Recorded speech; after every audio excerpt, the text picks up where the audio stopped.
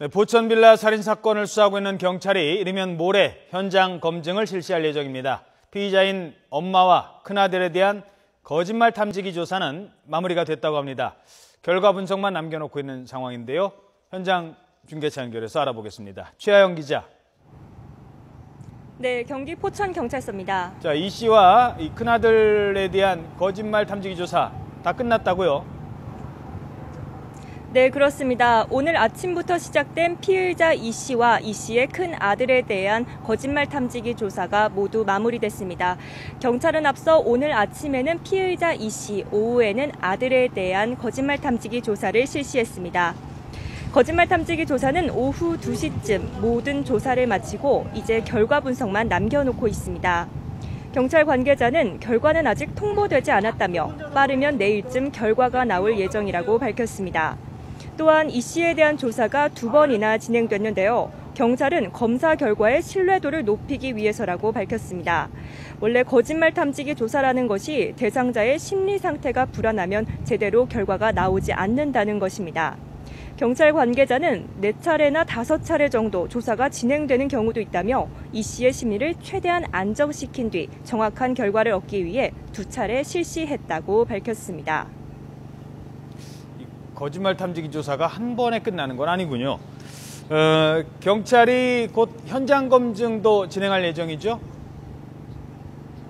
네, 그렇습니다. 경찰은 이르면 모레쯤 현장 검증을 실시할 예정이라고 밝혔습니다. 현장 검증은 시신이 발견된 빌라를 중심으로 이루어지는데요. 이번 현장 검증에는 이 씨뿐만 아니라 이 씨의 큰 아들도 함께하는 방안이 검토되고 있습니다. 오늘로 포천 고무통 살인 사건 피의자 이 씨가 체포된 지 나흘째를 맞고 있습니다.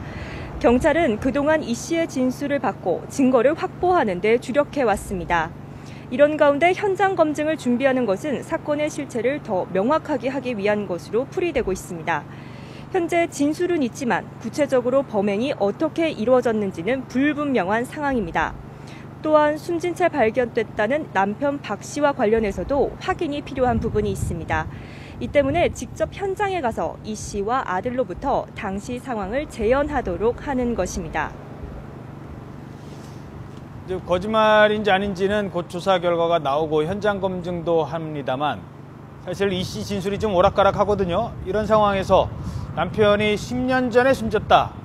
이걸 좀 파악을 해야 될 것 같은데 이 부분에 대한 단서, 이 부분에 대한 조사도 이루어지죠? 네. 앞서 이 씨는 남편이 10년 전에 죽어 있었다고 진술한 바 있습니다. 또한 이 씨의 큰아들 역시 아버지는 10년 전에 자연사했다고 진술한 바 있는데요. 경찰은 이 두 사람이 입을 맞췄을 가능성을 염두에 두고 있습니다. 이 씨의 남편 박 씨의 생전 행적을 조사하고 있는데요. 경찰은 앞서 남편 박 씨가 농장에서 일했다는 사실을 바탕으로 조사를 벌였습니다. 하지만 현재 박 씨가 일했던 농장은 운영하지 않고 있는 상태입니다. 따라서 행적을 쫓는데 어려움이 있는 것으로 나타나고 있는데요. 경찰은 이 외에도 친척을 비롯한 주변 사람들을 상대로 박 씨의 흔적을 찾고 있습니다. 하지만 오래전 가족과도 단절된 상태라 행적 파악하기가 쉽지 않은 것으로 알려지고 있습니다. 예. 하나만 더 질문하죠. 공범 가능성은 어떻습니까? 네, 경찰은 이 씨가 홀로 범행을 저지르기 어려운 부분이 있다고 보고 공범이 있을 가능성도 열어두고 현재 조사를 진행하고 있습니다. 앞서 이 씨는 스리랑카인의 기숙사에서 발견됐는데요. 이에 따라 스리랑카인이 공범일 가능성이 제기되기도 했습니다. 하지만 경찰 조사 결과 스리랑카인은 공범일 가능성이 낮아 당일 귀가 조치했습니다. 또한 범행 전 이 씨와 연락을 주고받았던 한국인 내연남 역시 범행 가능성이 낮은 상태입니다.